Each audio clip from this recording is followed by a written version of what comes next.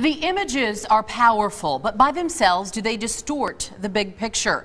Good evening, I'm Katie Rammel. And I'm Stephanie Hawkridge. ABC15, along with 21 Scripps investigative teams in our national bureau in Washington, D.C., requested raw numbers from law enforcement agencies all across the country. And our 5-month investigation found use of force by police is not necessarily on the rise nationwide.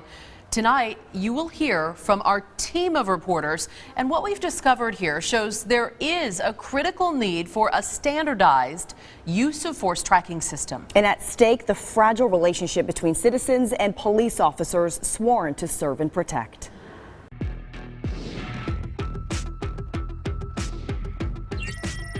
It is impossible to forget the last moments of Eric Harris's life. Tackled to the ground, then shot by Reserve Deputy Robert Bates. I think to myself, why did this have to happen, and how much longer will the citizens of America put up with it? Andre Harris is Eric's brother. Just because you got a badge and a gun, and you can, don't mean you should.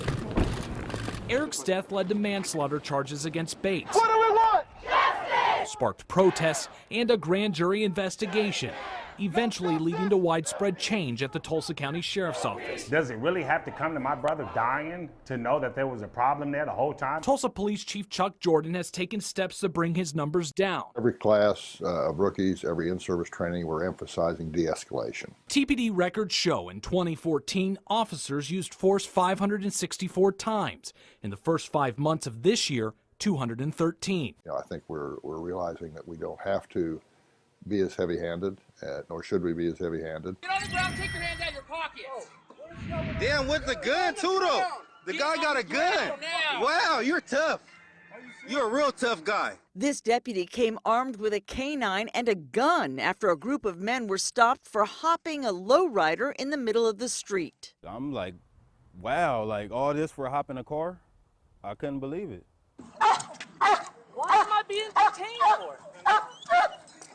Phone down now. Luckily we had a video, so if we didn't have this video we wouldn't be standing here right now. If at any point you're having a conversation with somebody, is it necessary to push them to the ground and hit them? Brandon Schreiber is the guy in this video getting shoved by Denver police officer Choice Johnson, whose 30-day suspension was recently overturned. The city is now appealing that decision. An officer who is trained, very well trained to manage situations far more intense than that, should not need to use that type of force. The reality is there are officers who use force inappropriately, and we need to deal with that. Then there was Tamir Rice. On November 22nd, 2014, the 12-year-old was shot and killed by Cleveland police. My son was a baby, innocent, too young to even understand what's going on. Police can use deadly force where the police have probable cause to believe that the suspect poses a threat of death or serious bodily harm to the public or the police. This is terribly important. Police officers are given this awesome power to make arrests, to use force, and to take human life when it's legally justified. We ought to have data on that. There's no excuse for not having it. Over the past 5 months, our Scripps investigative team of reporters dug into the use of force records from police agencies across the country. Scripps discovered that more than half of the agencies show use of force is actually going down, with just a quarter on the rise. It's true in Overland Park, where police records there show a steady decline. Baltimore is one of those departments leading the downward trend in excessive force. And the Pima County Sheriff's Department may be headed for its lowest use of force for many years. Phoenix PD's self-reported use of force has stayed relatively flat in the last few years, from 451 to a high of 525. But compared to other large departments, is that good? Bad? Well, without reviewing every single incident, it's impossible to tell. For example, Detroit Police and the San Diego County Sheriff's Department each have about 1,000 fewer officers than Phoenix, but both have significantly higher use of force stats. Why?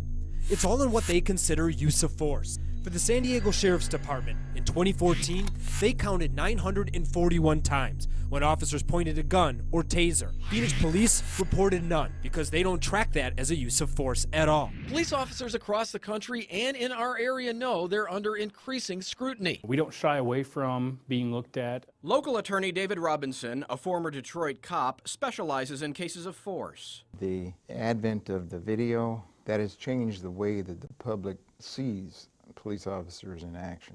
but it hasn't changed police officers. About 99.9% of the time, we do it the right way. If there's something that we're doing wrong, you know, we want the public to bring it to our attention. We don't want our officers behaving that way.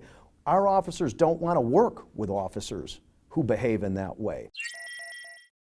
Tension between police and the public has been building for years. If people don't feel like the police are there to protect and serve them, who then do you call? Keisha Brown leads Baltimore's Civilian Review Board, one of more than 200 groups nationwide established to police the police.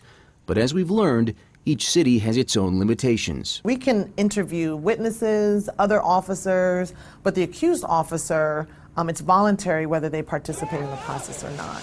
It's an outdated philosophy that doesn't allow for true independent investigations. And it just takes, one unfortunate incident to sway someone's opinion, oftentimes forever, about his or her police department.